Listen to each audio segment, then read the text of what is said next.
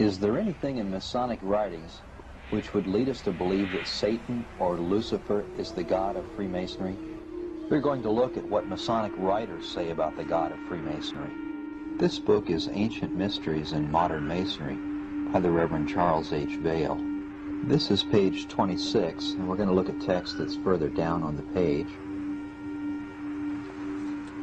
And it reads, "In all of the initiations and mysteries, the gods exhibit many forms of themselves and appear in a variety of shapes, and sometimes, indeed, a formless light of themselves is held forth to the view. Sometimes this light is according to a human form, and sometimes it proceeds into a different shape." Notice that Vail, who is quoting Taylor, states that the gods sometimes appear as a formless light. Many of the 72 spirits which we see described in the Howling, the Book of Howling, otherwise known as the Goetia, it's also known as the Book of Shadows. You've got all these instructions of how to summon these spirits. And if you conjure these spirits using the information which you find in the Goetia and also in other medieval grimoires, if you command the spirit to take on a human form, it will do, and it will shapeshift. Before we take a look at the writings of Swinburne Clymer, we need to know something about Manichaeans. This is from Mackey's Encyclopedia of Freemasonry.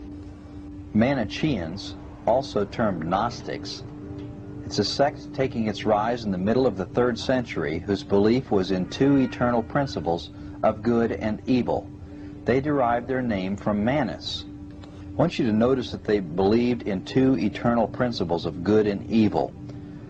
These forces were said to be constantly opposed to one another. Their god or gods had two natures. One nature was good, the other nature was evil. The Lost Keys of Freemasonry is highly regarded by Masons and Masonic authorities. This is the title page for the Lost Keys of Freemasonry.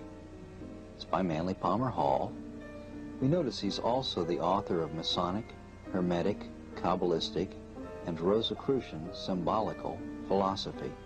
Notice down at the bottom that it is published by the McCoy Publishing and Masonic Supply Company. That's the leading Masonic publisher and supplier. This is page 19 of the Lost Keys of Freemasonry, and I want to show you Hall's opinion of the Lodge. He says the Masonic Order is not a mere social organization, but is composed of all those who have banded themselves together to learn and apply the principles of mysticism and the occult rites. This is the Great Teachings of Masonry by Henry L. Haywood. Haywood is a noted Masonic historian from the Lodge of Iowa. He is quoted in the footnotes of the Indiana Monitor and Freemason's Guide, in fact. This is the title page for the Great Teachings of Masonry by Haywood, and we note at the bottom that it also is published by the McCoy Publishing and Masonic Supply Company. This is chapter 33. It's in the chapter on the meaning of initiation and secrecy. Now we're going to see what Haywood says about the purpose of the Lodge. He says the fraternity itself exists in order to keep fixed on a man a certain set of influences and in order to bring about certain changes in the world, etc. Its secrecy is the means to that end and helps to make such a purpose possible. That really doesn't sound too bad, does it? Well, we'll come back to this quote later. After the secret doctrine is fully understood, the words of Haywood will take on an ominous meaning. At this point, however, we don't understand them. The problem is we don't have a Masonic paradigm. A paradigm is a model, pattern, or example which explains our understanding of something. We attempt to match new situations with one of our existing paradigms. We are often limited in our understanding when we assume that one of our existing paradigms matches with the reality of something new. As an example, suppose that you have never seen or heard of an airplane. You've ridden in cars and on trains, but for some reason you've not been exposed to the idea of manned flight. Now suppose someone were to get you into a small plane, say a Cessna 150. The pilot starts the engine and begins down the runway. The plane goes faster and faster towards the end of the runway. You may be impressed with the speed and even alarmed if you see the end of the runway fast approaching, but you wouldn't expect that you're about to leave the ground. All you have to model your understanding on is your experience with cars and trains. You are limited by your paradigms. Once the plane leaves the ground, you develop a new paradigm very quickly. The same is true about the material we are looking at here. Don't assume that what you are reading was written by Christians.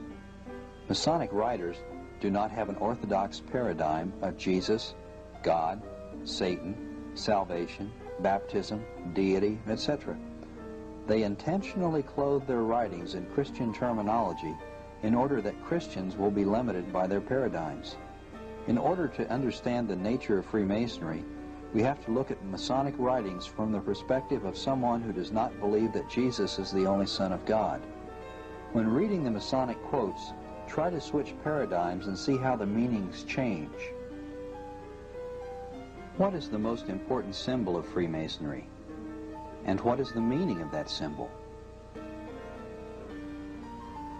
This is page 38 of the Indiana Masonic Monitor. It's also known as the Indiana Monitor and Freemason's Guide. We're going to look down at the bottom of the page. It says, the legend of the third degree. This is the most important and significant of the legendary symbols of Freemasonry. It has descended from age to age by oral tradition and has been preserved in every Masonic rite practiced in any country or language with no essential alteration. So we have a document from the Grand Lodge of Indiana that clearly states that the legend of the third degree is the most important symbol of Freemasonry. There's more information on the legend of the third degree and on page 144 of the Indiana Masonic Monitor. Let's look again at the bottom of the page. And they write, it was the single object of all the ancient rites and mysteries practiced in the very bosom of pagan darkness to teach the immortality of the soul. This is still the great design of the third degree of Masonry. The top of the next page. This is the scope and aim of its ritual. By its legend and all its ritual, it is implied that we have been redeemed from the death of sin and the sepulchre of pollution. Now this is a book that's given to each and every Master Mason that's raised to Master Mason in the state of Indiana. Please pay careful attention. They tell each Master Mason that by its legend and all its ritual, it is implied that we have been redeemed from the death of sin and the sepulchre of pollution. Anything which is said to save a man from the death of sin constitutes a plan of salvation. The outstanding figure in modern Freemasonry is undoubtedly the widow's son, who is known to members of the fraternity under the somewhat obscure name of Hiram Abiff. Seldom discussed, however, is the question, who is the widow? Or better yet, who was the father? What is perhaps the oldest Masonic legend is known as the Legend of the Craft, from which we will now hear a few excerpts. At one point in the legend, as Hiram is attempting to cast his masterwork, the so-called Molten Sea, he finds he has been sabotaged by 3 jealous apprentices. A disaster occurs, and the unchecked metal flows like lava over the temple floor. As Hiram tries in vain to check the flow with water, a mysterious figure appears above him, saying, "Come, my son, be without fear. I have rendered thee incombustible. Cast thyself into the flames." The credulous Hiram jumps in. Then asks the voice, "Whither do you take me?" The voice answers, "Into the center of the earth, into the soul of the world, into the kingdom of the great Cain, where liberty reigns with him. There the tyrannous envy of Adonai ceases. There can we, despising his anger, taste the fruit of the tree of knowledge. There is the home of my fathers. Who then am I, and who art thou? I am the father of thy fathers. I am the son of Lamech. I am Tubal-Cain." Tubal-Cain introduced Hiram into the sanctuary of fire, where he expounded to him the weakness of Adonai and the base passions of that god, the enemy of his own creature. Hiram was then led into the presence of the author of his race, Cain. Cain related to Hiram his experiences, sufferings, and misfortunes brought upon him by the implacable Adonai. Tubal-Cain then bestowed his hammer to Hiram, saying, "Thanks to this hammer, and the help of the genie of fire, thou shalt speedily accomplish the work left unfinished through man's stupidity and malignity." With the help of his newfound ability, Hiram successfully completes his masterpiece, only to be promptly murdered by the same unworthy apprentices. This is a large book. It's about 14 or 15 inches high, and it goes by the title, The Secret Teachings of All Ages.